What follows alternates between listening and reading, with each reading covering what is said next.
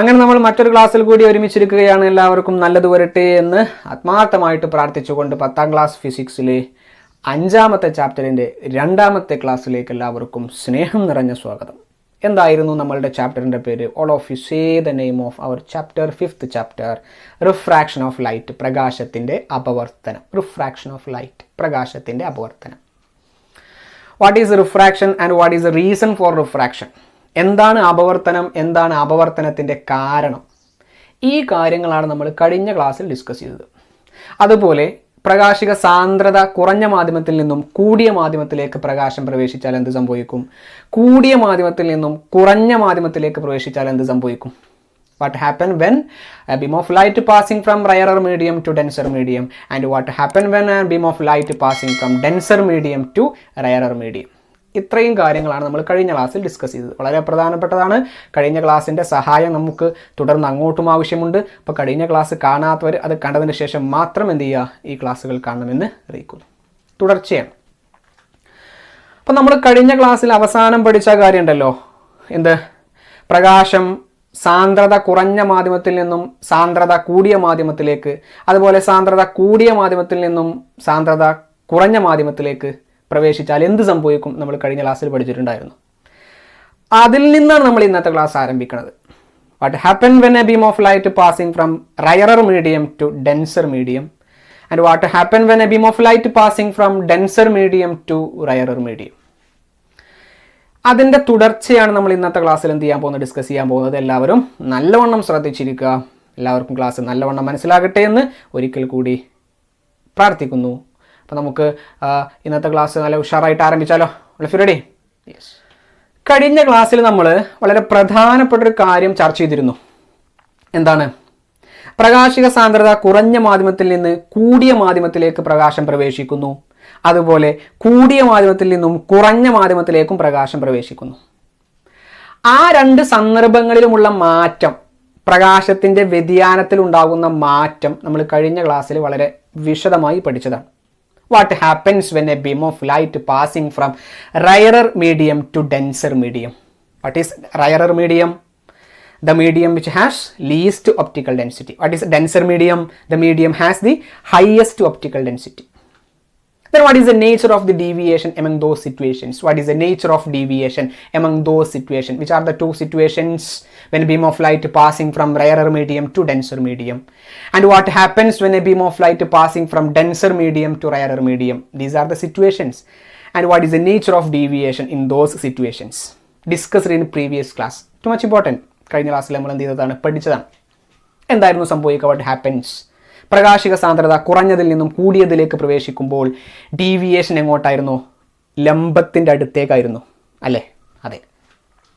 കൂടിയ മാധ്യമത്തിൽ നിന്നും കുറഞ്ഞ മാധ്യമത്തിലേക്ക് പ്രവേശിക്കുമ്പോഴോ ലംബത്തിൽ നിന്നും അകലാണ് ചെയ്തത്, അല്ലേ? വ്യതിയാനം ലംബത്തിൽ നിന്നും അകന്നിട്ടാണ്. What happens when beam of light passing from rarer medium to denser medium? The deviation was towards the normal. Deviation towards the normal. Then what happens when a beam of light passing from denser medium to rarer medium? The deviation away from the normal. കഴിഞ്ഞ ക്ലാസ്സിൽ discuss ചെയ്തതാണ്, അല്ലേ? ഇതാ ഇങ്ങനെ ഇതൊരു മുകളിൽ വായു, താഴെ ഗ്ലാസ് വിചാരിച്ചോ.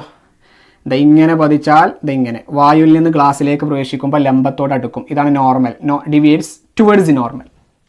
When beam of light passes from rarer medium to denser medium. പ്രകാശിക സാന്ദ്രത കുറഞ്ഞതിൽ നിന്നും കൂടിയതിലേക്ക് പ്രവേശിക്കുമ്പോൾ ലംബത്തിലേക്ക് അടുക്കുകയാണ് ചെയ്യുന്നത്. Deviates towards the normal. ഇനി നേരെ തിരിച്ചാണെങ്കിലോ deviates away from the normal. കഴിഞ്ഞ ക്ലാസ്സിൽ ഡിസ്കസ് ചെയ്തതാണ്. ഇനി നമ്മൾ പതനകോൺ പഠിച്ചിട്ടുണ്ടായിരുന്നു, അപവർത്തന കോൺ പഠിച്ചിട്ടുണ്ടായിരുന്നു. അതൊന്നും ഇവിടെ റിപ്പീറ്റ് ചെയ്യണില്ല, വളരെ പ്രധാനപ്പെട്ടതാണ്. അത് കാണാത്തവരുണ്ടെങ്കിൽ കഴിഞ്ഞ ക്ലാസ് കണ്ടിട്ട് ഈ ക്ലാസ് കാണണമെന്ന് വിനീതമായിട്ട് അറിയിക്കുന്നു, സ്നേഹത്തോടു കൂടി അറിയിക്കുന്നു. അത് കണ്ടതിന് ശേഷം മാത്രം ഈ ക്ലാസ് കാണുക. പതന കോൺ ഉണ്ടായിരുന്നു, അതുപോലെ അപവർത്തന കോൺ ഉണ്ടായിരുന്നു. Angle of incidence and angle of refraction.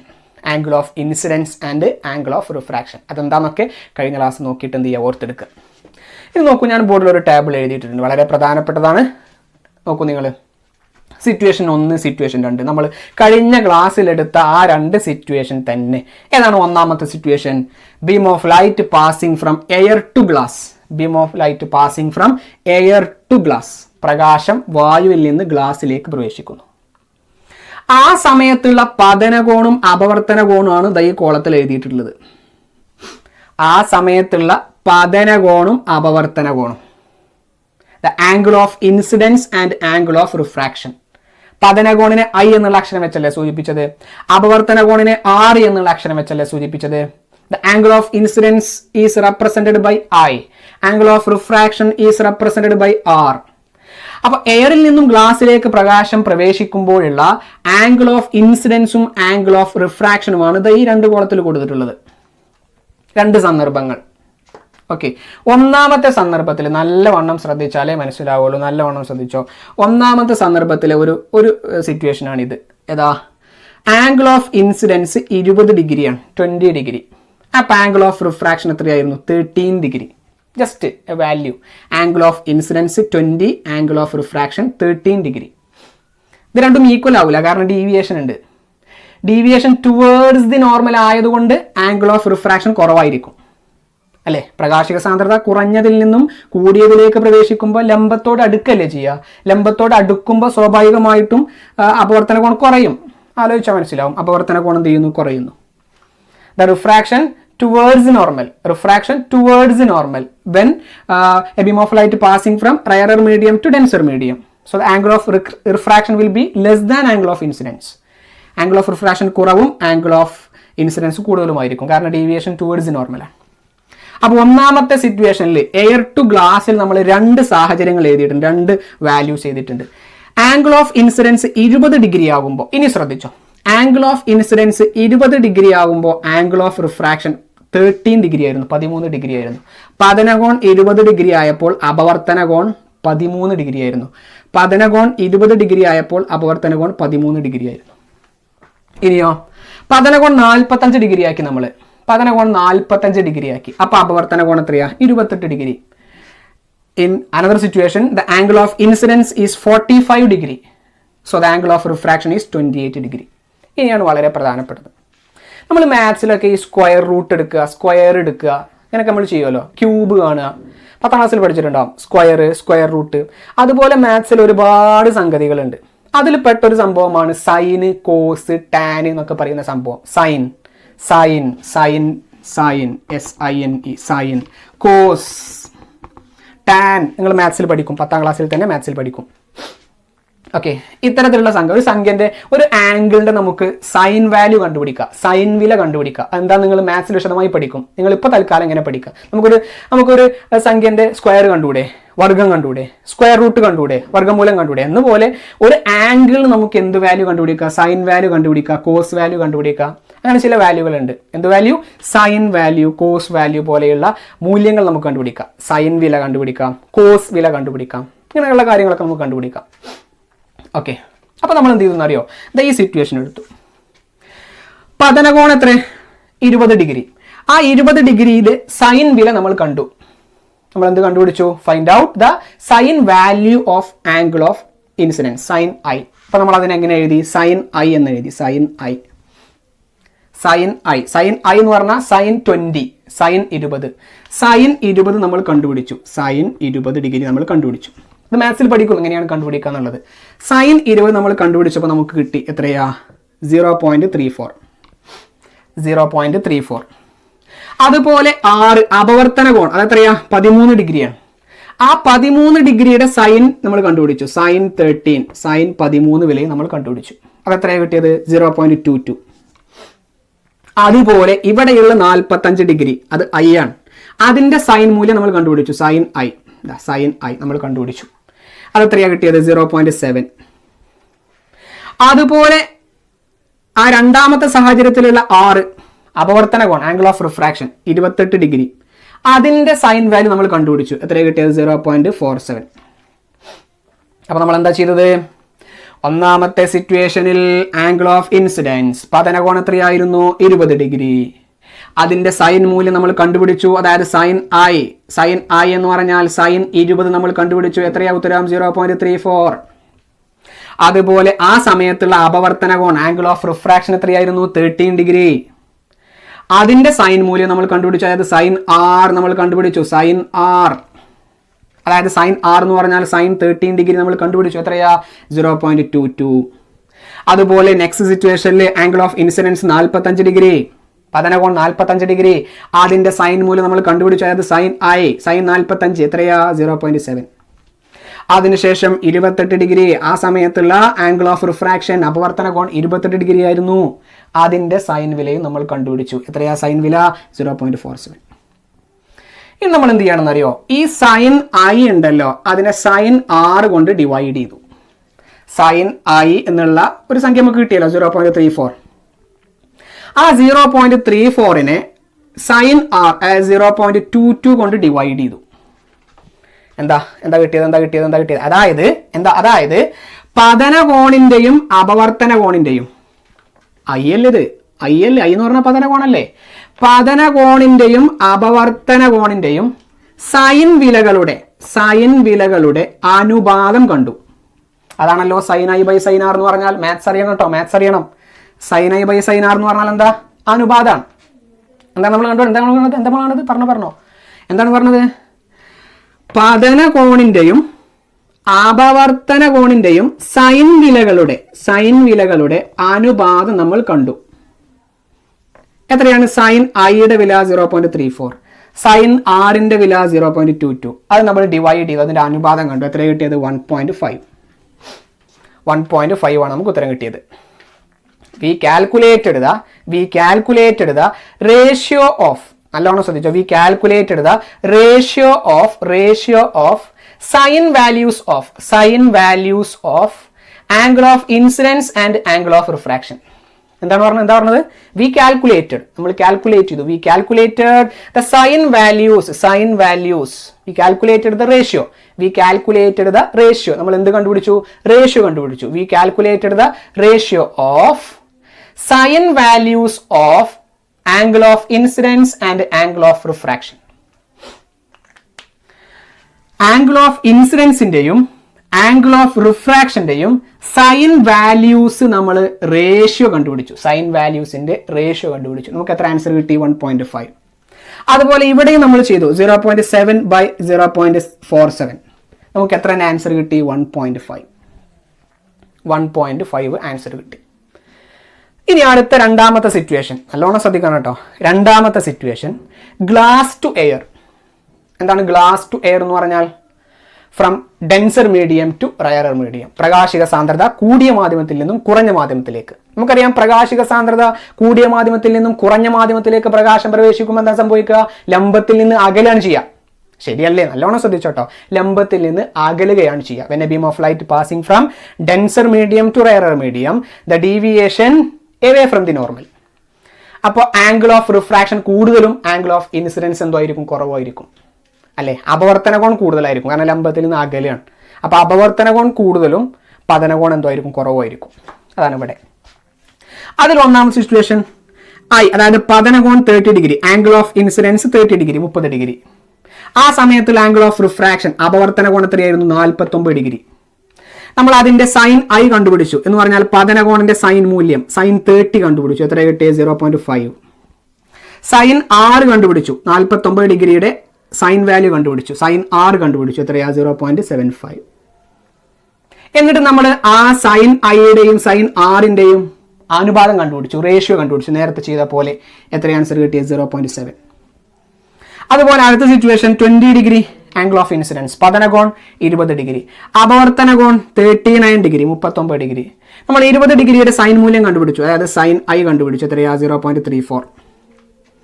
Sign 6 കണ്ടുപിടിച്ചു, അതായത് 39 ഡിഗ്രിയുടെ സൈൻ വാല്യൂ കണ്ടുപിടിച്ചു. എത്രയാ? സൈൻ മൂല്യം കണ്ടുപിടിച്ചു. എത്രയാ? 0.51.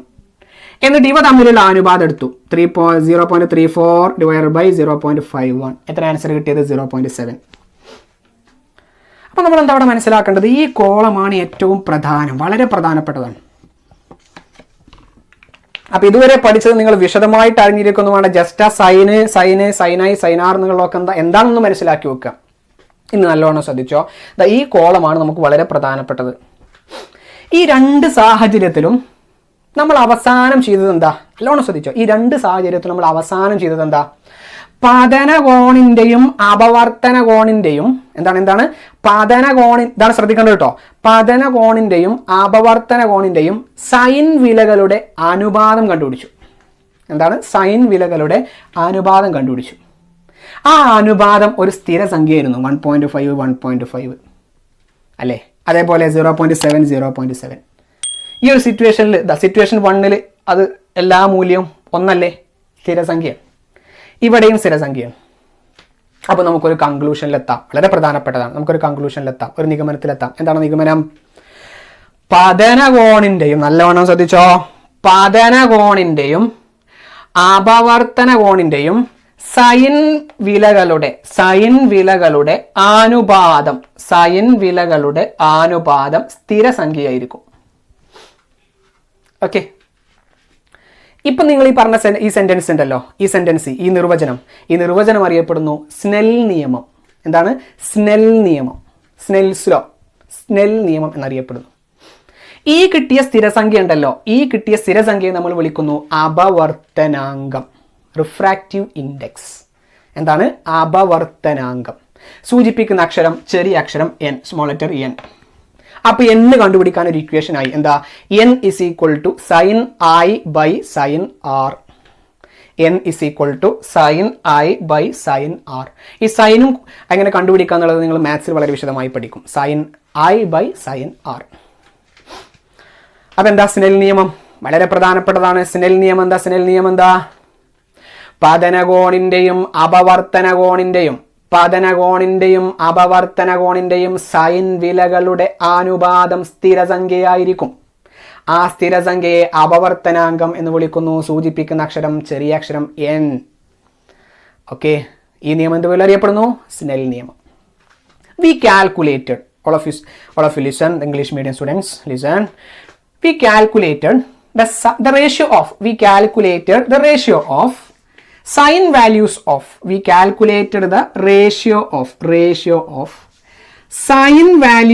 sine value of angle of incidence and angle of refraction, and it seems to be it is a constant. It is constant, 1.5 1.5 0.7 0.7.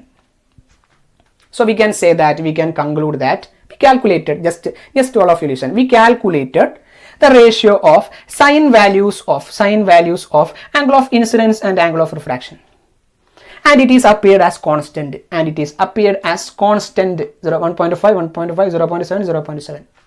So we can conclude that, all of you listen, we can conclude that the ratio of all of you listen, the ratio of sine values of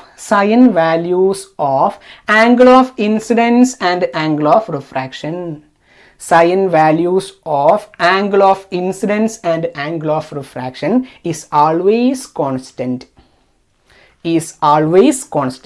This statement is known as Snell's law, and this constant is known as refractive index. It is denoted by the small letter n. Okay, so all of you say Snell's law. What is Snell's law? The ratio of sine values of angle of incidence and angle of refraction always a constant. That constant is known as refractive index. It is denoted by small letter n. Okay. അപ്പോൾ Snell's law എന്താണെന്ന് മനസ്സിലായല്ലോ? Snell നിയമം എന്താണെന്ന് മനസ്സിലായല്ലോ? ഒന്നുമില്ല, പതനകോണുണ്ട്, അപവർത്തന കോണുണ്ട്.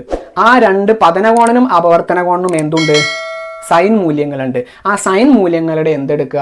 അനുപാതം എടുക്കുക. അത് അനുപാതം എടുത്തു കഴിഞ്ഞാൽ എപ്പോഴും എന്തായിരിക്കും? ഒരു സ്ഥിരസംഖ്യ ആയിരിക്കും. ആ സ്ഥിരസംഖ്യ എന്ത് വിളിക്കുന്നു? അപവർത്തനാങ്കം.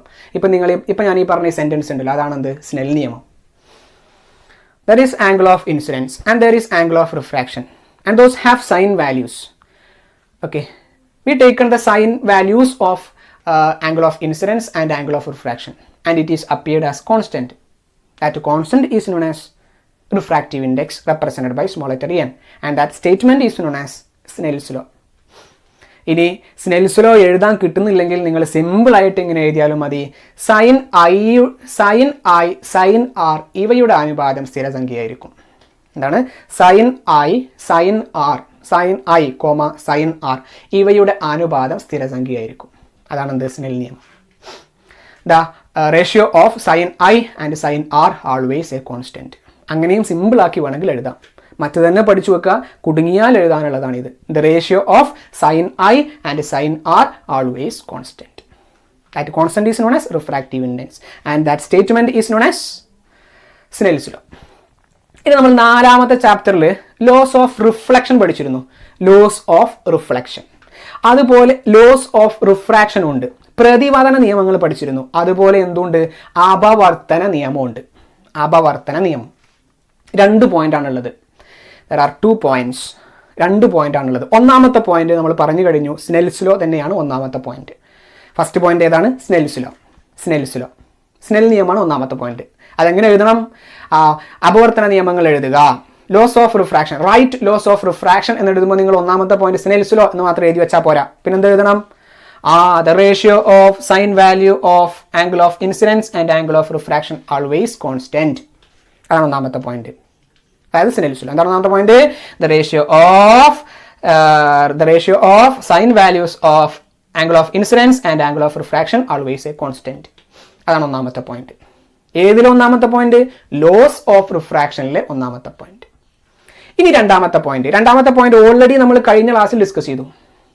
കഴിഞ്ഞ ക്ലാസ്സിൽ നമ്മൾ ഈ 2 സിറ്റുവേഷൻ ഡിസ്കസ് ചെയ്ത സമയത്ത് അതിന്റെ അവസാന ഒരു പോയിന്റ് പഠിച്ചിട്ടുണ്ടായിരുന്നു. എന്താണ്? The angle of incidence, angle of refraction and normal are in same plane. Angle of ഇൻസിഡൻസിനെയും ആംഗിൾ ഓഫ് റിഫ്രാക്ഷനെയും നോർമലിനെയും നമുക്ക് ഒരൊറ്റ പേപ്പറിൽ വരക്കാൻ വേണ്ടി സാധിക്കും, അല്ലെങ്കിൽ ഒരൊറ്റ പ്ലെയിനിൽ നമുക്ക് ഉൾക്കൊള്ളിക്കാൻ സാധിക്കും. അതാണ് 2ാമത്തെ പോയിന്റ്. അപ്പം എന്താ? ലോസ് ഓഫ് റിഫ്രാക്ഷനിൽ 2 പോയിന്റുകളുണ്ട്. ഏതാ 1ാമത്തെ പോയിന്റ്? 1ാമത്തെ പോയിന്റ് സ്നെൽസ് ലോ. അതായത് the ratio of sine values of angle of incidence and angle of refraction always a constant. 2ാമത്തെ പോയിന്റോ? Angle of incidence, angle of refraction and normal are in same plane. Okay, Malayalam മീഡിയത്തിൽ എങ്ങനെ പറയാം? പ്രതിപതന നിയമങ്ങളിൽ 2 point ആണുള്ളത്. 1ാമത്തെ point Snell നിയമം തന്നെ. ആ സ്നെൽ നിയമം എന്ന് മാത്രം എഴുതി വെച്ചാൽ പോരാ. പിന്നെ എങ്ങനെ എഴുതണം? പതനകോണിന്റെയും അപവർത്തന കോണിന്റെയും സൈൻ വിലകളുടെ അനുപാതം, പതനകോണിന്റെയും അപവർത്തന കോണിന്റെയും സൈൻ വിലകളുടെ അനുപാതം എപ്പോഴും സ്ഥിരമായിരിക്കും. അതാണ് 1ാമത്തെ പോയിന്റ്. 2ാമത്തെ പോയിന്റോ? പതനകോൺ, അപവർത്തന കോൺ, ലംബം. പതനകോൺ, അപവർത്തന കോൺ, ലംബം ഇവയെ നമുക്ക് എന്ത് ചെയ്യാൻ സാധിക്കും? ഒരൊറ്റ പ്ലെയിനിൽ എഴുതാൻ വേണ്ടി സാധിക്കും. ഒരേ തലത്തിലായിരിക്കും. ഒരൊറ്റ പ്ലെയിനിൽ നമുക്ക് ഉൾക്കൊള്ളിക്കാൻ സാധിക്കും. ഒരു തലത്തിൽ, ഒരു പ്രതലത്തിൽ നമുക്ക് ഉൾക്കൊള്ളിക്കാൻ സാധിക്കും. അതായത് പതനകോൺ, അപവർത്തന കോൺ, ലംബം എന്നിവ ഒരേ തലത്തിലായിരിക്കും, ഒരേ പ്രതലത്തിലായിരിക്കും. അതാണ് അപവർത്തന നിയമങ്ങളിലെ 2 പോയിന്റുകൾ. വളരെ പ്രധാനപ്പെട്ടതാണ്. അപ്പൊ ഈ ഒരു ടാബിളിന്റെ സഹായത്തോടുകൂടി നമ്മൾ പഠിച്ചത് എന്താ? സ്നെൽ നിയമമാണ്. അതായത് റിഫ്രാക്റ്റീവ് ഇൻഡെക്സ് ആണ്, അപവർത്തനാങ്കമാണ്. അപവർത്തനാങ്കം കണ്ടുപിടിക്കാനുള്ള equation, what is the equation for finding out refractive index? n is equal to sin I by sin r. ഇത് വെച്ച് നമുക്ക് മാത്തമാറ്റിക്കൽ പ്രോബ്ലം ചെയ്യാണ്ട്. അത് വരുന്ന ഈ ചാപ്റ്റർ കഴിഞ്ഞിട്ട് നമ്മൾ പ്രോബ്ലം സോൾവിംഗ് പാർട്ടിനായിട്ടൊരു സെഷൻ ചെയ്യുമല്ലോ, നമ്മൾ എല്ലാ ചാപ്റ്ററും ചെയ്തതുപോലെ. ആ സമയത്ത് നമുക്ക് ഡിസ്കസ് ചെയ്യാം. ഇനി അടുത്തൊരു കാര്യത്തിലോട്ട് പോയാലോ? ഇങ്ങനെയല്ലാതെ നമുക്ക് അപവർത്തനാങ്കം എങ്ങനെ കണ്ടുപിടിക്കാം? ഇപ്പം നമ്മൾ സൈൻ വാല്യൂ കണ്ടുപിടിച്ചിട്ടല്ലേ അപവർത്തനാങ്കം കണ്ടുപിടിച്ചത്? സൈൻ മൂല്യങ്ങൾ കണ്ടുപിടിച്ചിട്ടല്ലേ? ഇതല്ലാതെ നമുക്ക് എങ്ങനെ അപവർത്തനാങ്കം കണ്ടുപിടിക്കാം? നമുക്കറിയാം, ഓരോ മാധ്യമത്തിലൂടെയും പ്രകാശത്തിന് വ്യത്യസ്ത വേഗതയാണുള്ളത്. കഴിഞ്ഞ ക്ലാസ്സിന്റെ തുടക്കത്തിൽ നമ്മൾ ഒരു ടേബിൾ രൂപത്തിൽ കൊടുത്തിട്ടുണ്ടായിരുന്നു. ആ വേഗത വെച്ചുകൊണ്ട്, speed of light through mediums, V can calculate refractive index n. നമുക്ക് ഓരോ മീഡിയത്തിന്റെയും എന്ത് കണ്ടുപിടിക്കാം? Refractive index. നമുക്ക് ഓരോ മാധ്യമത്തിന്റെയും അപവർത്തനാങ്കം കണ്ടുപിടിക്കാം. എങ്ങനെ? മാധ്യമങ്ങളുടെ വേഗത അറിഞ്ഞു കഴിഞ്ഞാൽ. ഓക്കെ, അപ്പൊ sine I by sine R ഉപയോഗിച്ച് നമുക്ക് അപവർത്തനാങ്കം കണ്ടുപിടിക്കാം, റിഫ്രാക്റ്റീവ് ഇൻഡെക്സ്. അതല്ലാതെ വേഗതയിൽ നിന്ന്, മാധ്യമത്തിലൂടെയുള്ള പ്രകാശത്തിന്റെ വേഗത ഉപയോഗിച്ചുകൊണ്ട് നമുക്ക് എന്ത് കണ്ടുപിടിക്കാം? അപവർത്തനാങ്കം, റിഫ്രാക്റ്റീവ് ഇൻഡെക്സ് കണ്ടുപിടിക്കാം. അതെങ്ങനെയാണെന്നുള്ളതാണ് ഇനി നമ്മൾ ഡിസ്കസ് ചെയ്യാൻ വേണ്ടി പോകുന്നത്. റെഡി അല്ലേ? അപ്പൊ ക്ലാസ് ഒന്നുകൂടെ കാണുക, വീണ്ടും കാണാലേ കൺസെപ്റ്റ് കൃത്യമായിട്ട് കിട്ടുള്ളൂ. എല്ലാവർക്കും നല്ലവണ്ണം മനസ്സിലാകട്ടെ. നമുക്ക് അടുത്തൊരു സെഷനിലോട്ട് പ്രവേശിക്കാം. റെഡി? നല്ലോണം ശ്രദ്ധിച്ചു. നമ്മൾ നേരത്തെ പറഞ്ഞല്ലോ അപവർത്തനാങ്കം, റിഫ്രാക്റ്റീവ് ഇൻഡെക്സ്. നമുക്ക് ഒരു മാധ്യമത്തിനും കൃത്യമായിട്ട് ഇതാണ് അതിൻ്റെ അപവർത്തനാങ്കം. ഗ്ലാസിന്റെ അപവർത്തനാങ്കം ഇത്രയാണ്. The refractive index of glass is this. നമുക്ക് പറഞ്ഞുകൊണ്ട് ഒരു കൃത്യമായ വാല്യൂ കാണിച്ചു കൊടുക്കാൻ സാധിക്കില്ല. കാരണം എന്താണെന്ന് ചോദിച്ചാൽ, നമ്മൾ എപ്പോഴും റിഫ്രാക്റ്റീവ് ഇൻഡെക്സ്, ഒരു മാധ്യമത്തിൻ്റെ റിഫ്രാക്റ്റീവ് ഇൻഡെക്സ്, ഒരു മീഡിയത്തിൻ്റെ റിഫ്രാക്റ്റീവ് ഇൻഡെക്സ് നമ്മൾ കാൽക്കുലേറ്റ് ചെയ്യുക മറ്റൊരു മീഡിയവുമായിട്ട് കമ്പയർ ചെയ്തിട്ടാണ്. Okay, we calculating a refractive index of a medium with respect to another medium. With respect to another medium. മറ്റൊരു മീഡിയത്തെ റിലേറ്റ് ചെയ്തുകൊണ്ടാണ് നമ്മളൊരു മീഡിയത്തിൻ്റെ എന്ത് കണ്ടുപിടിക്കുക, റിഫ്രാക്റ്റീവ് ഇൻഡെക്സ് കണ്ടുപിടിക്കുക. ഓക്കെ, വായുവിനെ അപേക്ഷിച്ച് ഗ്ലാസിൻ്റെ അപവർത്തനാങ്കം, ജലത്തെ അപേക്ഷിച്ച് വായുവിൻ്റെ അപവർത്തനാങ്കം, ഇങ്ങനെ നമുക്ക് എന്ത് ചെയ്യാൻ പറ്റുള്ളൂ, മറ്റു മാധ്യമങ്ങളുമായി കമ്പയർ ചെയ്തുകൊണ്ട് താരതമ്യം ചെയ്തുകൊണ്ട് നമുക്ക് എന്ത് പറയാൻ വേണ്ടി സാധിക്കുള്ളൂ, അപവർത്തനാങ്കം പറയാൻ വേണ്ടി സാധിക്കുള്ളൂ. അതിനുവേണ്ടി നമുക്ക് എന്ത് ഉപയോഗിക്കാം, വേഗത ഉപയോഗിക്കാം. നല്ലവണ്ണം ശ്രദ്ധിച്ചാൽ മനസ്സിലാവും. നല്ലവണ്ണം ശ്രദ്ധിച്ചോ. ഒരു സന്ദർഭമുണ്ട്. ഏതാണ് ആ സന്ദർഭം? വായുവിൽ നിന്നും ഗ്ലാസ്സിലേക്ക് പ്രകാശം പ്രവേശിക്കുക. വായുവിൽ നിന്നും ഗ്ലാസ്സിലേക്ക് പ്രകാശം പ്രവേശിക്കുന്നു. Beam of light passing from air to glass. ഇവിടെ നമുക്ക് പറയാൻ വേണ്ടി സാധിക്കും. എങ്ങനെയാണ് കണ്ടുപിടിക്കുക? നല്ലോണം ശ്രദ്ധിച്ചോട്ടെ, നല്ലോണം ശ്രദ്ധിച്ചോ. എങ്ങനെ കണ്ടുപിടിക്കുക? വായുവിനെ അപേക്ഷിച്ച് ഗ്ലാസിന്റെ അപവർത്തനാങ്കം. എന്താണ് പറഞ്ഞത്? വായുവിനെ അപേക്ഷിച്ച് ഗ്ലാസിന്റെ അപവർത്തനാങ്കം. The refractive index of glass with respect to air. അങ്ങനെ നമുക്ക് കാൽക്കുലേറ്റ് ചെയ്യാൻ പറ്റുള്ളൂ. അതെങ്ങനെ കാൽക്കുലേറ്റ് ചെയ്യാം? നല്ലോണം ശ്രദ്ധിച്ചോ. എന്തായിരുന്നു പോയിന്റ്? എന്താ പറഞ്ഞത്? ആ വായുവിനെ അപേക്ഷിച്ച് ഗ്ലാസിന്റെ അപവർത്തനാങ്കം എൻ ഓഫ് ഗ്ലാസ്. അതായത് ഗ്ലാസിന്റെ അപവർത്തനാങ്കം ഏതുമായിട്ട് ബന്ധപ്പെടുത്തിക്കൊണ്ട്? എയറുമായിട്ട് ബന്ധപ്പെടുത്തിക്കൊണ്ട്. അപ്പൊ എങ്ങനെ എഴുതുക?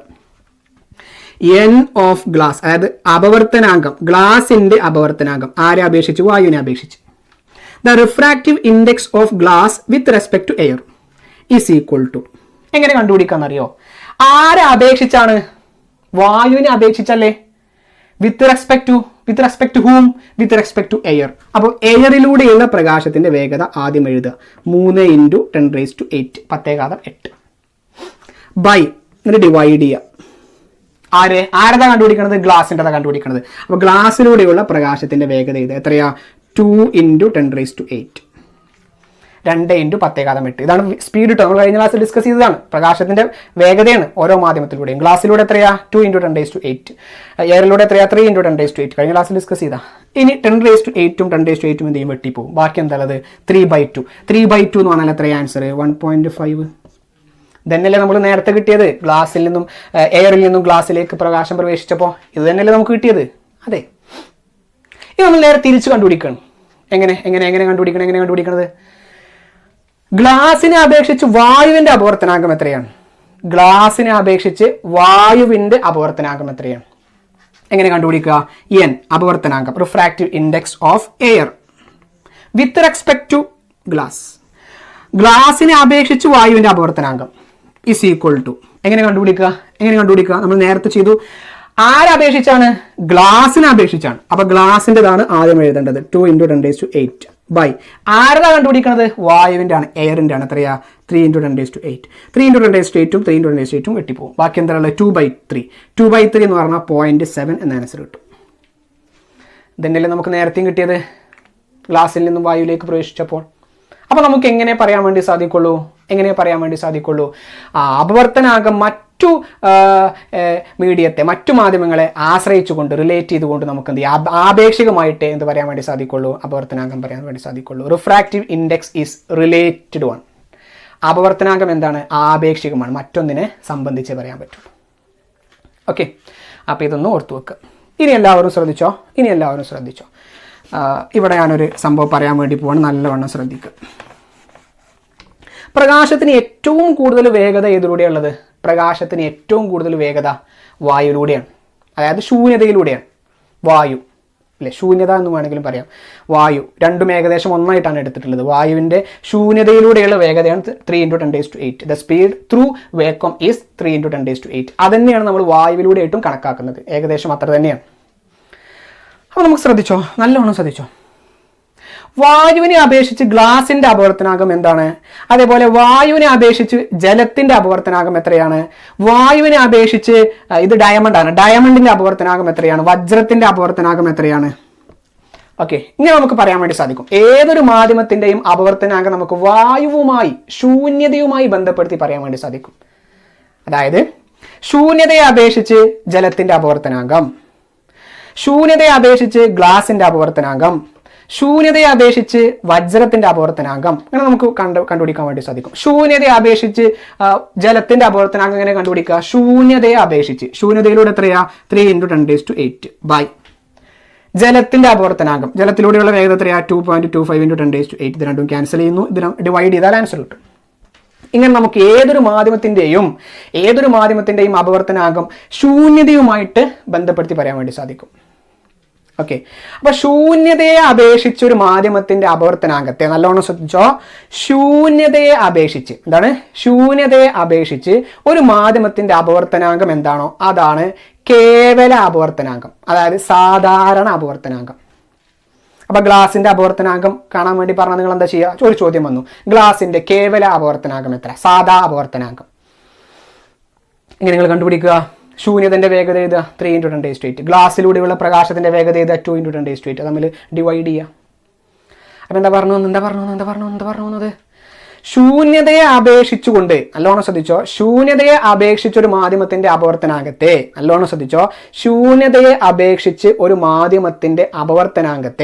എന്താണോ പറഞ്ഞത്? ശൂന്യതയെ അപേക്ഷിച്ച് ഒരു മാധ്യമത്തിന്റെ അപവർത്തനാങ്കത്തെ കേവല അപവർത്തനാങ്കം എന്ന് പറയുന്നു. കേവല അപവർത്തനാങ്കമാണ് സാധാ അപവർത്തനാങ്കം. അതിനെ നമ്മൾ എങ്ങനെ എഴുതുന്നു? C/V. സോ കേവല അപവർത്തനാങ്കം n = C/V. എന്താ C എന്ന് പറഞ്ഞാൽ? പ്രകാശത്തിന് ശൂന്യതയിലൂടെയുള്ള വേഗത. എത്രയാ? കാണാതെ പഠിക്കുക. 3 × 10⁸. എന്താണ് C? എന്താണ് V? ഏത് മാധ്യമമാണോ നമ്മൾ എടുത്തിട്ടുള്ളത് ആ മാധ്യമത്തിലൂടെയുള്ള പ്രകാശത്തിന്റെ വേഗത. അപ്പൊ ഗ്ലാസ് ആണെങ്കിൽ 2 × 10⁸ ആയിരിക്കും. ഡയമണ്ട് ആണെങ്കിൽ 1.25 × 10⁸ ആയിരിക്കും. ഇംഗ്ലീഷ് മീഡിയക്കാർ ശ്രദ്ധിച്ചോ. We can calculate the refractive index of any mediums. Refractive index of any medium with respect to vacuum or air. Air means vacuum. രണ്ടും സെയിം ആണ്. So we can say refractive index of a medium with respect to vacuum. That refractive index is known as absolute refractive index. It is taken as normal refractive index. ഒരു മീഡിയത്തിന്റെ normal refractive index. So we can calculate the refractive index of any medium with respect to vacuum. So the refractive index, all of you listen, the refractive index with respect to vacuum, is known as absolute refractive index. എന്താണ്? Absolute refractive index. It is represented by n = C/V. What is C? Speed of light through vacuum, 3 × 10⁸. What is V? The speed of light through a medium that we are taken. If we taken glass, then what will be V? 2 × 10⁸. If we taken water, then what is V? 2.25 × 10⁸. Okay. അപ്പോൾ അതറിഞ്ഞിരിക്കുക. വളരെ പ്രധാനപ്പെട്ടതാണ്. Mathematical problem നമുക്ക് അവസാനത്തിൽ discuss ചെയ്യാം. അപ്പോൾ നമ്മളൊരു term പഠിച്ചു. എന്താ? അബ്സല്യൂട്ട് റിഫ്രാക്റ്റീവ് ഇൻഡെക്സ്, കേവല അപവർത്തനാങ്കം. ഇനി നമുക്ക് ഒരു മാധ്യമത്തിന്റെ അപവർത്തനാങ്കം മറ്റു മാധ്യമങ്ങളെ തമ്മിൽ കമ്പയർ ചെയ്തിട്ടും പറയാം. എങ്ങനെ? വായു അല്ലാതെ. വാട്ടറിനെ അപേക്ഷിച്ച് ഗ്ലാസിന്റെ അപവർത്തനാങ്കം, ജലത്തെ അപേക്ഷിച്ച് ഗ്ലാസിന്റെ അപവർത്തനാങ്കം, വജ്രത്തെ അപേക്ഷിച്ച് ഗ്ലാസിന്റെ അപവർത്തനാങ്കം, ഗ്ലാസിനെ അപേക്ഷിച്ച് വജ്രത്തിന്റെ അപവർത്തനാങ്കം. ഇങ്ങനെ നമുക്ക് ഒരു മാധ്യമത്തിന്റെ അപവർത്തനാങ്കം മറ്റൊരു മാധ്യമത്തിനെ അപേക്ഷിച്ചും പറയാൻ വേണ്ടി സാധിക്കും. അതിനെ വിളിക്കുന്ന പേരാണ് ആപേക്ഷിക അപവർത്തനാങ്കം. അപ്പൊ 2 അപവർത്തനാങ്കങ്ങൾ പഠിച്ചു കഴിഞ്ഞു. ഏതാ 2 അപവർത്തനാങ്കങ്ങൾ? കേവല അപവർത്തനാങ്കവും ആപേക്ഷിക അപവർത്തനാങ്കവും. എന്താണ് ആപേക്ഷിക അപവർത്തനാങ്കം? മറ്റൊരു മാധ്യമത്തെ അപേക്ഷിച്ച് ഒരു മാധ്യമത്തിന്റെ അപവർത്തനാങ്കമാണ് ആപേക്ഷിക അപവർത്തനാങ്കം. എന്താണ്? ഒരു മാധ്യമത്തെ അപേക്ഷിച്ച് മറ്റൊരു മാധ്യമത്തിന്റെ അപവർത്തനാങ്കമാണ് ആപേക്ഷിക അപവർത്തനാങ്കം. ഓക്കെ. കേവല അപവർത്തനാങ്കോ? ശൂന്യതയെ അപേക്ഷിച്ച് ഒരു മാധ്യമത്തിന്റെ അപവർത്തനാങ്കമാണ് കേവല അപവർത്തനാങ്കം. So there are two type of refractive index. First one, absolute refractive index. What is absolute refractive index? The refractive index of a medium with respect to vacuum. Then what is relative refractive index? We can say the refractive index of a medium with respect to another medium. For example, we can say the refractive index of diamond with respect to glass. We can calculate the refractive index of diamond with respect to water. That refractive index is known as relative refractive index. So the refractive index of a medium with respect to other medium is known as relative refractive index. അതെങ്ങനെ കണ്ടുപിടിക്കുക? നേരത്തെ നമ്മൾ കണ്ടുപിടിച്ച് കഴിഞ്ഞു. എങ്ങനെയാ? Suppose ഇത് glass ആണ് വിചാരിച്ചോ. This is glass, this is water, this is glass, this is water. നല്ലോണം ശ്രദ്ധിച്ചോ. എങ്ങനെയാണ് റിലേറ്റീവ് റിഫ്രാക്റ്റീവ് ഇൻഡെക്സ് കണ്ടുപിടിക്കുക? ആപേക്ഷിക അപവർത്തനാങ്കം എങ്ങനെ കണ്ടുപിടിക്കുക? ആപേക്ഷിക അപവർത്തനാങ്കം ജലത്തെ അപേക്ഷിച്ച് ഗ്ലാസിന്റെ അപവർത്തനാങ്കം. അപ്പം എങ്ങനെ എഴുതുക? ജലത്തെ അപേക്ഷിച്ച് ഗ്ലാസിന്റെ അപവർത്തനാങ്കം. ആരതാ കണ്ടുപിടിക്കുന്നത്? ഗ്ലാസിൻ്റെതാണ്. ആരപേക്ഷിച്ചാണ്? ജലത്തിൻ്റെതാണ്, വാട്ടർ. എങ്ങനെ കണ്ടുപിടിക്കുക? ആരപേക്ഷിച്ചാണോ അയാളുടെ വേഗത ആദ്യം എഴുതുക. 2.25 × 10⁸. ഇനി ആരതാ കണ്ടുപിടിക്കുന്നത്? ഗ്ലാസിന്റെ അല്ലേ? ഗ്ലാസ്സിലൂടെ 2 × 10⁸. ഇത് രണ്ടും വെട്ടിപ്പോകും. ഇത് രണ്ടും ഡിവൈഡ് ചെയ്താൽ we can calculate the relative refractive index of glass with respect to water. ജലത്തെ അപേക്ഷിച്ചുകൊണ്ടുള്ള ഗ്ലാസിന്റെ ആപേക്ഷിക അപവർത്തനാങ്കം നമുക്ക് കണ്ടുപിടിക്കാൻ വേണ്ടി സാധിക്കും. ഓക്കെ, അപ്പം എങ്ങനെയാണ് ആപേക്ഷിക അപവർത്തനാങ്കം കണ്ടുപിടിക്കുക? എന്താണ് ആപേക്ഷിക അപവർത്തനാങ്കം എന്ന് പറഞ്ഞാൽ? മറ്റൊരു മാധ്യമത്തിനെ അപേക്ഷിച്ച് ഒരു മാധ്യമത്തിന്റെ അപവർത്തനാങ്കം. What is relative refractive index? Refractive index of a medium with respect to another medium. അതെങ്ങനെ കണ്ടുപിടിക്കുക? എങ്ങനെ കണ്ടുപിടിക്കുക? ആരതാണോ കണ്ടുപിടിക്കേണ്ടത് അയാളായിരിക്കും ആദ്യത്തെ അക്ഷരം. ദെൻ ആരപേക്ഷിച്ചാണോ കണ്ടുപിടിക്കുന്നത് വിത്ത് റെസ്പെക്ട് ടു ഹൂം, അതാണ് രണ്ടാമത്തത്.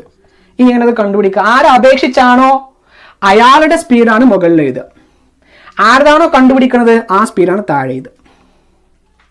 ഓക്കെ, ഇനി അബ്സല്യൂട്ട് അപവർത്തനാങ്കം, അബ്സല്യൂട്ട് കേവല അപവർത്തനാങ്കം, അബ്സല്യൂട്ട് റിഫ്രാക്റ്റീവ് ഇൻഡെക്സ് എങ്ങനെ കണ്ടുപിടിക്കുക? അതൊന്നുമില്ല. ഇപ്പോൾ ഗ്ലാസിന്റെ അബ്സല്യൂട്ട് റിഫ്രാക്റ്റീവ് ഇൻഡെക്സ് കണ്ടെത്താൻ പറഞ്ഞു. ഗ്ലാസിന്റെ അബ്സല്യൂട്ട് റിഫ്രാക്റ്റീവ് ഇൻഡെക്സ് കാൽക്കുലേറ്റ് ചെയ്യാൻ പറഞ്ഞു. ഗ്ലാസിന്റെ കേവല അപവർത്തനാങ്കം എങ്ങനെ കണ്ടുപിടിക്കുക? n = c/v. സി എന്ന് പറഞ്ഞാൽ നമ്മൾ കാണാതെ അറിയണം 3 × 10⁸. ഇനി ഗ്ലാസ്സിലൂടെയുള്ള വേഗത ക്വസ്റ്റ്യൻ പേപ്പറിൽ ഒരു ബ്രാക്കറ്റിലൊക്കെ തന്നിട്ടുണ്ടാവും, അല്ലെങ്കിൽ കാണാതെ പഠിച്ചു വെക്കുക. എത്രയാ ഗ്ലാസ്സിലൂടെ? 2 × 10⁸. രണ്ടും ക്യാൻസൽ ചെയ്യും, 3/2. ഓക്കെ, അപ്പോൾ ഇത് കാണാതെ പഠിച്ചു വെക്കുക. അപ്പോൾ ഇതുവരെ ഇന്നത്തെ ക്ലാസ്സിൽ നമ്മൾ എന്തൊക്കെ പഠിച്ചു കഴിഞ്ഞു? ഇതുവരെ നമ്മൾ ഇന്നത്തെ ക്ലാസ്സിൽ എന്തൊക്കെ പഠിച്ചു കഴിഞ്ഞു? എന്താണ് അപവർത്തനാങ്കം, സ്നെൽ നിയമം, അപവർത്തന നിയമങ്ങൾ, ലോസ് ഓഫ് റിഫ്രാക്ഷൻ, അതുപോലെ റിലേറ്റീവ് റിഫ്രാക്റ്റീവ് ഇൻഡെക്സും അബ്സല്യൂട്ട് റിഫ്രാക്റ്റീവ് ഇൻഡെക്സും, കേവല അപവർത്തനാങ്കവും ആപേക്ഷിക അപവർത്തനാങ്കവും. ക്ലാസ് ഒന്നുകൂടെ എന്ത് ചെയ്യുക? റിവൈൻഡ് ചെയ്ത് കാണുക, നല്ലവണ്ണം മനസ്സിലാക്കുക. ഓക്കെ മക്കളെ, ഒരു ചെറിയ കാര്യം കൂടെ പഠിച്ചിട്ട് നമുക്ക് ഇന്നത്തെ ക്ലാസ് തൽക്കാലം അവിടെ അവസാനിപ്പിക്കാം. നമ്മൾ നേരത്തെ പഠിച്ച അപവർത്തനം ഉണ്ടല്ലോ, ആ അപവർത്തനം നമുക്ക് അനുഭവിച്ചറിയാൻ സാധിക്കും. We can experience the refraction through simple experiments. ചില ചെറിയ ചെറിയ പരീക്ഷണങ്ങളിലൂടെ നമുക്ക് എന്ത് ചെയ്യാൻ സാധിക്കും? അപവർത്തനം അനുഭവിച്ചറിയാൻ സാധിക്കും. കുഞ്ഞു ക്ലാസ്സിലൊക്കെ നമ്മൾ പഠിച്ചതാണ്. അപ്പം അത്തരത്തിലുള്ള ചില എക്സ്പെരിമെന്റ്സ്, ചില പരീക്ഷണങ്ങൾ ടെക്സ്റ്റ് പുസ്തകത്തിൽ കൊടുത്തിട്ടുണ്ട് ആക്ടിവിറ്റി രൂപത്തിൽ. അപ്പം അതിൽ ചില ആക്ടിവിറ്റീസാണ് നമ്മൾ ഡിസ്കസ് ചെയ്യാൻ പോകുന്നത്. നല്ലോണം ശ്രദ്ധിച്ചു. അതിൽ ഒന്നാമത്തെ ആക്ടിവിറ്റിയാണിത്. നോക്കൂ, ഒന്നാമത്തെ ആക്ടിവിറ്റി നിങ്ങൾ കുഞ്ഞു ക്ലാസ്സിൽ കണ്ടതാണ്. സുതാര്യമായ ഒരു ട്രഫിൽ പെൻസിൽ ചെരിച്ചു വെച്ചതിന് ശേഷം അതിലേക്ക് 1/4 ഭാഗം ജലമൊഴിക്കുന്നു. ജലം ഒഴിച്ചതിന് ശേഷമുള്ള മാറ്റം സയൻസ് ഡയറിയിൽ ചിത്രീകരിക്കുക. എന്തു മാറ്റം നിരീക്ഷിക്കുന്നു? ഈ മാറ്റത്തിന് കാരണം എന്തായിരിക്കും? Place a pencil in inclined position in a glass trough and fill 3/4 of the trough with water.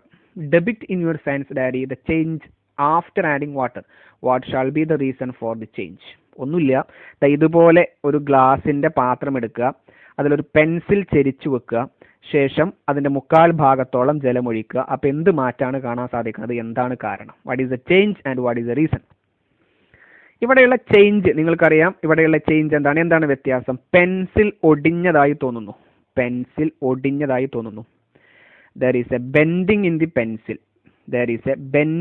pencil at the surface of the separation. വിഭജന തലത്തിൽ വെച്ച് പെൻസിൽ ഒടിഞ്ഞതായി തോന്നുന്നു.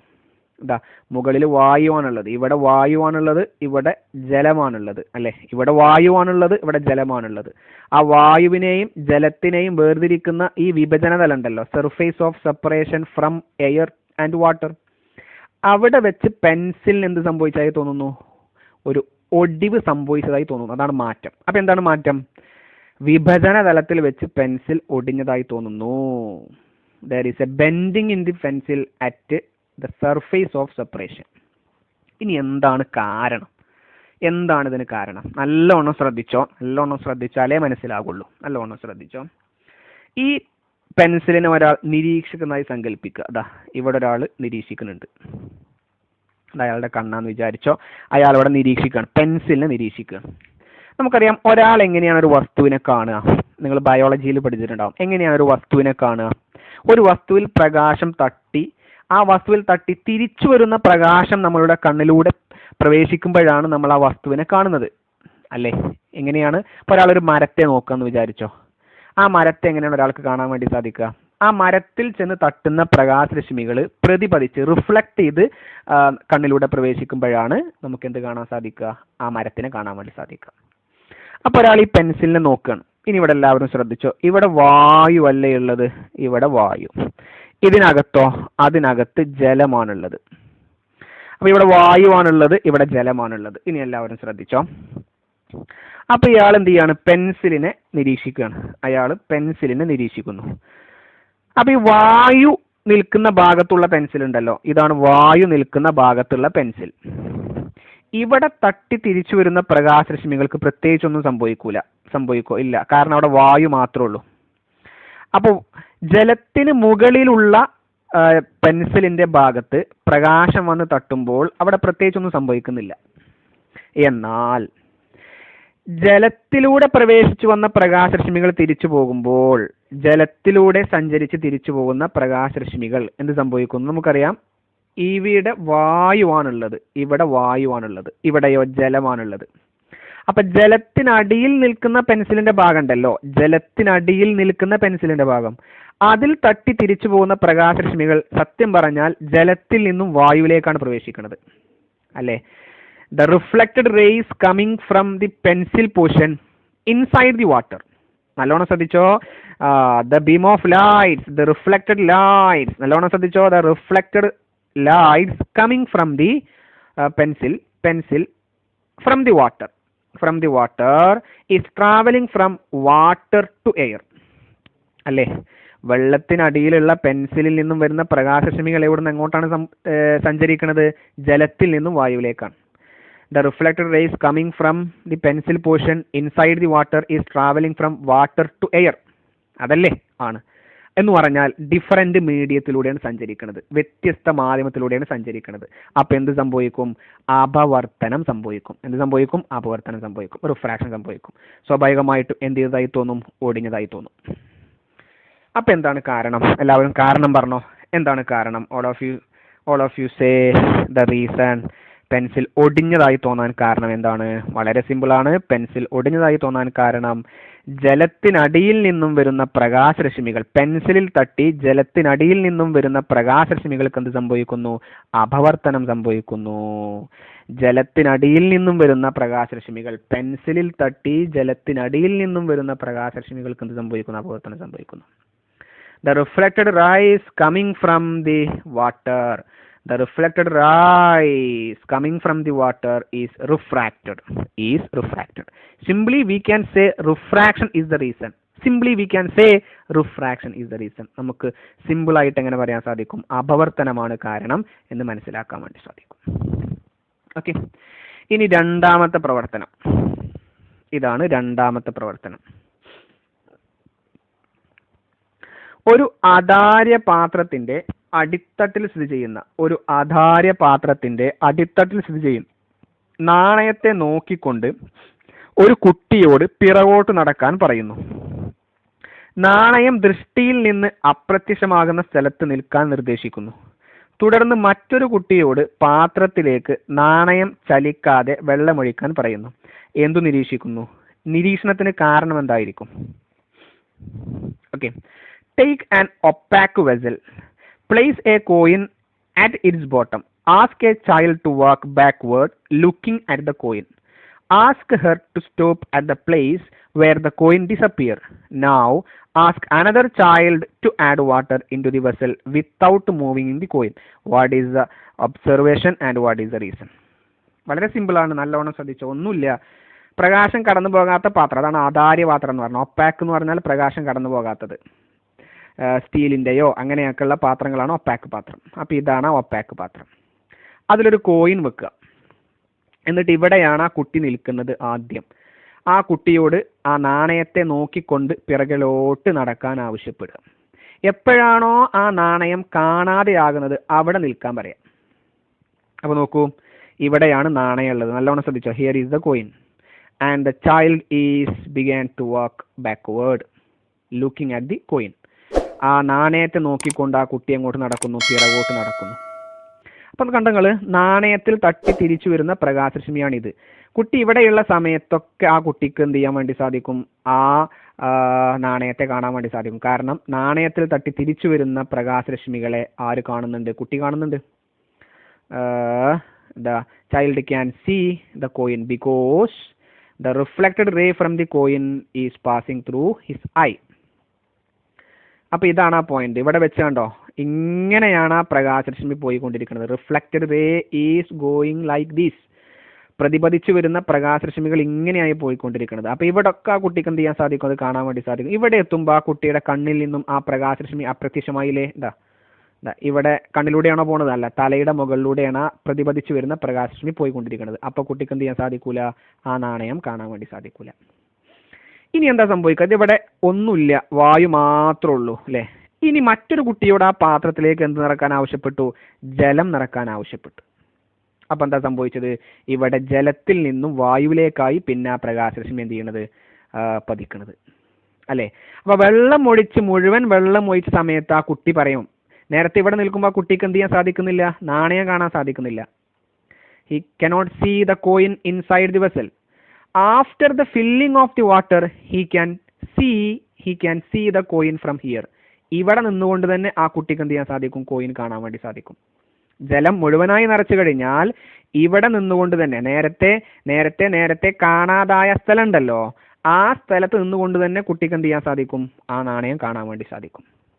The child can see the coin from the point at which the coin is disappear. The place at which the coin is disappear. The child can see the coin from the position at which the coin is disappear. എവിടെ വെച്ചാണോ ആ coin കുട്ടിക്ക് അപ്രത്യക്ഷമായി എന്ന് തോന്നുന്നത് അവിടെ വെച്ച് തന്നെ ആ നാണയത്തെ കാണാൻ വേണ്ടി സാധിക്കും. അപ്പം എന്താ ഒബ്സർവേഷൻ? What is observation? വെള്ളം ഒഴിച്ചു കഴിഞ്ഞാൽ കുട്ടിക്ക് ആ നാണയത്തെ കാണാൻ വേണ്ടി സാധിക്കുന്നു. He can see the coin after the filling of water. What is the reason? ഇതാണ് ആ റീസൺ. ജലം ഒഴിച്ചു കഴിഞ്ഞാൽ പിന്നെ പ്രകാശം സഞ്ചരിക്കുന്നത്, നാണയത്തിൽ തട്ടി തിരിച്ചു വരുന്ന പ്രകാശരശ്മികൾക്ക് സംഭവിക്കുന്നത് ജലത്തിൽ നിന്നും വായുവിലേക്കാണ് സഞ്ചരിക്കുന്നത്. കണ്ടോ, ജലത്തിൽ നിന്നും വായുവിലേക്ക്. ആ സമയത്ത് എന്ത് സംഭവിക്കും? അപവർത്തനം സംഭവിച്ച് അതിന്റെ പാതക്ക് എന്ത് സംഭവിക്കുന്നു? വ്യതിയാനം സംഭവിക്കുന്നു. അങ്ങനെ കുട്ടിയുടെ കണ്ണിലേക്ക് പോകുന്നു, കാണുന്നു. എന്താ സംഭവിച്ചത്? ജലം ഒഴിച്ചു കഴിഞ്ഞാൽ നാണയത്തിൽ തട്ടി തിരിച്ചു വരുന്ന പ്രകാശരശ്മികൾ ജലം നിറച്ചു കഴിഞ്ഞാൽ നാണയത്തിൽ നിന്നും പ്രതിപതിച്ചു വരുന്ന പ്രകാശരശ്മികൾ ജലത്തിൽ നിന്നും വായുവിലേക്കാണ് സഞ്ചരിക്കുന്നത്. ആ സമയത്ത് അപവർത്തനം സംഭവിക്കുന്നു. അങ്ങനെ നാണയം കാണാൻ വേണ്ടി സാധിക്കുന്നു. After filling in the water, the reflected ray from the coin is traveling from water to air. So there is refraction and there is a deviation in the path of light. Hence the child can see the coin. That is the reason. Okay. ഇനി അതുപോലെ തന്നെ സംഭവിക്കുന്ന മറ്റൊരു സംഭവമാണ് ഇത്. നിറയെ വെള്ളമുള്ള ഒരു ട്രഫിൽ അടിയിൽ സ്ഥിതി ചെയ്യുന്ന ഒരു നാണയത്തെ ഒരു വശത്ത് നോക്കിക്കൊണ്ട് എടുക്കാൻ ശ്രമിക്കുക. നാണയം എളുപ്പത്തിൽ എടുക്കാൻ കഴിയുന്നുണ്ടോ? ശ്രമം വിജയിക്കാത്തതിന് കാരണം എന്തായിരിക്കും? Try to take out a coin from the bottom of a trough filled with water by viewing it from one side. Can you easily pick up the coin? What is the reason for the failure? ഒന്നുമില്ല, ഒരു ഗ്ലാസിന്റെ പാത്രത്തിൽ ജലം നിറക്കുക, അതിലൊരു coin ഇട്ട് വെക്കുക, എന്നിട്ട് ഒരു സൈഡിൽ ഇവിടെയൊക്കെ നിന്നുകൊണ്ട് ആ കോയിൻ എടുക്കാൻ വേണ്ടി ശ്രമിക്കുക. നമുക്ക് എടുക്കാൻ വേണ്ടി പറ്റൂല. കാരണം എന്താ അറിയോ? ആ കോയിൻ നിൽക്കുന്ന സ്ഥലത്തല്ല, അതിന്റെ യഥാർത്ഥ സ്ഥലത്തല്ല നമുക്ക് ആ കോയിനെ കാണാൻ വേണ്ടി സാധിക്കുക. എന്തുകൊണ്ടാണ്? നാണയത്തിൽ നിന്നും വരുന്ന പ്രകാശരശ്മികൾ, നാണയത്തിൽ നിന്നും പ്രതിപതിച്ചു വരുന്ന പ്രകാശരശ്മികൾ ജലത്തിൽ നിന്നും വായുവിലേക്ക് സഞ്ചരിക്കുമ്പോൾ അതിന്റെ പാതക്ക് എന്ത് സംഭവിക്കുന്നു? അപവർത്തനം സംഭവിക്കുന്നു, പാതക്ക് വ്യതിയാനം സംഭവിക്കുന്നു. പാതക്ക് വ്യതിയാനം സംഭവിച്ചാൽ നമുക്ക് ആ നാണയത്തിന്റെ സ്ഥാനം മാറിയതായി തോന്നും. കുറച്ച് മുകളിലാണെന്ന് തോന്നും. എന്നിട്ട് നമ്മൾ മുകളിലാണ് കോയിൻ എടുക്കാൻ ശ്രമിക്കുക. പക്ഷെ അതിന്റെ ആക്ച്വൽ പൊസിഷൻ അതായിരിക്കൂല. അതെന്താ കാരണം? എന്താ നാണയം എടുക്കാൻ പറ്റാത്തതിന് കാരണം എന്താ പറഞ്ഞ? നാണയത്തിൽ നിന്നും പ്രതിപതിച്ചു വരുന്ന പ്രകാശരശ്മികൾ ജലത്തിൽ നിന്നും വായുവിലേക്ക് പ്രവേശിക്കുമ്പോൾ അപവർത്തനം സംഭവിക്കുന്നു, അതിന്റെ ദിശാവ്യതിയാനം ഉണ്ടാവുന്നു. അപ്പം നാണയത്തിന്റെ സ്ഥാനം മാറിയതായി തോന്നുന്നു. The beam of light reflected from the coin is traveling from water to air. So there is a deviation in the path of light. Hence the position of the coin is appeared to be changed. Okay, നമുക്കതിന്റെ സ്ഥാനം മാറിയതായി തോന്നുന്നു. Okay, അപ്പൊ ഇതൊക്കെ ഈ സാഹചര്യങ്ങളൊക്കെ ഏതുമായി ബന്ധപ്പെട്ടതാണ്? റിഫ്രാക്ഷനുമായി ബന്ധപ്പെട്ടതാണ്, അപവർത്തനവുമായി ബന്ധപ്പെട്ടതാണ്. ഇനിയും ഒരുപാട് സാഹചര്യങ്ങളും മറ്റും അപവർത്തനവുമായി ബന്ധപ്പെട്ടത് ഉണ്ട്. അതൊക്കെ നിങ്ങൾ എന്ത് ചെയ്യുക? പഠിക്കുക. ഓക്കെ, നല്ലവണ്ണം പഠിക്കാൻ സാധിക്കട്ടെ എന്ന് ആത്മാർത്ഥമായിട്ട് പ്രാർത്ഥിക്കുന്നു. ഓക്കെ, അപ്പോൾ കുറച്ചധികം കാര്യങ്ങൾ നമ്മൾ ഡിസ്കസ് ചെയ്തു. എല്ലാം വളരെ പ്രധാനപ്പെട്ടതായിരുന്നു. നല്ലവണ്ണം മനസ്സിലായി എന്ന് വിചാരിക്കുന്നു. മനസ്സിലെന്തെങ്കിലും സംശയങ്ങൾ ബാക്കിയുണ്ടെങ്കിൽ ഒന്നുകൂടെ റിവൈൻഡ് ചെയ്ത് ക്ലാസ്സുകൾ കാണുക. സംശയങ്ങൾ തീരുന്നില്ലെങ്കിൽ ക്ലാസ്സിൻ്റെ തുടക്കത്തിൽ കാണിച്ചിട്ടുള്ള നമ്പറിലേക്ക് വിളിക്കുകയോ വാട്സപ്പ് ചെയ്യുകയോ ചെയ്താൽ എല്ലാ വിധത്തിലുള്ള സംശയ നിവാരണം നമുക്ക് സാധ്യമാക്കാൻ വേണ്ടി സാധിക്കും. ഓക്കെ, അപ്പോൾ അടുത്ത ക്ലാസ്സിൽ വീണ്ടും വരെ ഉഷാറായിട്ടിരിക്കുന്നു. അടുത്ത ക്ലാസ്സിൽ കാണാം. അതുവരെ എല്ലാവർക്കും ബൈ ബൈ.